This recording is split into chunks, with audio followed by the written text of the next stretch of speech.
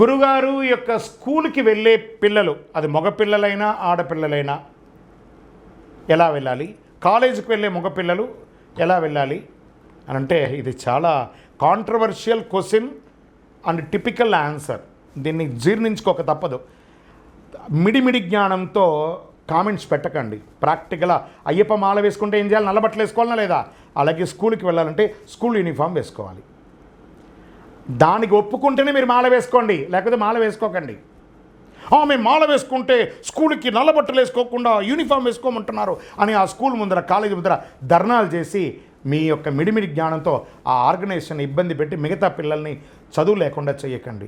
ఈ ఒక మాల వేసుకునే పాప కానీ బాబు కానీ స్కూల్కి వెళితే ఆ నల్ల బట్టలతో మంచిగా బొట్లు మాలలంతా బయట వేసుకొని బొట్లంతా అలా పెట్టుకొని వెళితే ఆ యొక్క స్కూల్లో ఉద్యోగం చేసే స్త్రీలు వారి యొక్క ఋతుచక్రంతో ఉన్న వాళ్ళు కూడా వచ్చే అవకాశాలు ఎక్కువ ఉంటాయి. వీళ్ళని చూసి అయ్యో సాక్షాత్ అయ్యప్ప అని చెప్పి వాళ్ళు దూరంగా వెళ్ళిపోతారు. వీళ్ళు ఒక్కటి దూరంగా వెళ్ళడం వల్ల ఈ ఒక్క స్వామి వల్ల ఎంటైర్ క్లాస్ డిస్టర్బ్ అవుతుంది.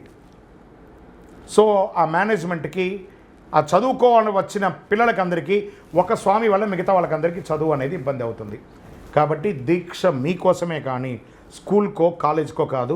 స్కూల్కి వెళ్ళేటప్పుడు స్కూల్ యూనిఫామ్, అయ్యప్ప శబరిమలకి వెళ్ళేటప్పుడు ఎలా అయ్యప్ప యూనిఫామో స్కూల్కి వెళ్ళేటప్పుడు స్కూల్ యూనిఫామ్ ఖచ్చితంగా వేసుకుంటేనే దీక్ష తీసుకోండి, లేకపోతే తీసుకెళ్ళకండి. కాలేజీకి వెళ్ళిన వాళ్ళైనా స్కూల్కి వెళ్ళే వాళ్ళైనా దీక్ష మీకోసమే కానీ కాలేజ్ అనేది కాస్త ఎక్స్క్యూజ్ అవ్వచ్చండి. ఎందుకంటే వాళ్ళకి అన్నీ ఆల్మోస్ట్ జాగ్రత్త పడతారు కాబట్టి స్కూల్లోనే ఎక్కువ ఉంటారు. ఎందుకంటే మదర్ లవ్ నుంచి స్కూల్కి వెళ్ళేటప్పుడు ఎక్కువ శాతం ఆడవాళ్ళే టీచర్స్గా ఫ్యాకల్టీస్ ఉంటారు కాబట్టి స్కూల్కి వెళ్ళే వాళ్ళ గురించి ఆలోచిద్దాం. స్కూల్ నియమ నిబంధనలకి ఉల్లంఘన లేకుండా దీక్ష తీసుకుంటే తీసుకోండి, లేదా పిల్లలకి మాలలు వేయకండి.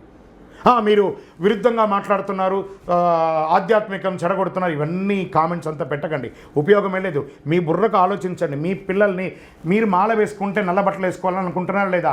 ఆ స్కూల్కి వెళ్ళేటప్పుడు ఒక సంతకం పెట్టుంటారు, మేము స్కూల్ మేనేజ్మెంట్ యొక్క అధికారాలను మించి మేము ఏ విధమైన ప్రవర్తన చేయమని మీరు సంతకం పెట్టి టీసీ ఇచ్చారు అక్కడ. కాబట్టి ఆ పద్ధతి ఆ స్కూల్కి ఎంత విలువ ఉందో మీ దీక్షకు కూడా అంతే విలువ ఉంది. కాబట్టి దీక్షకి ఇచ్చే విలువే స్కూల్కి కూడా ఇవ్వండి. శరణమయ్యప్ప.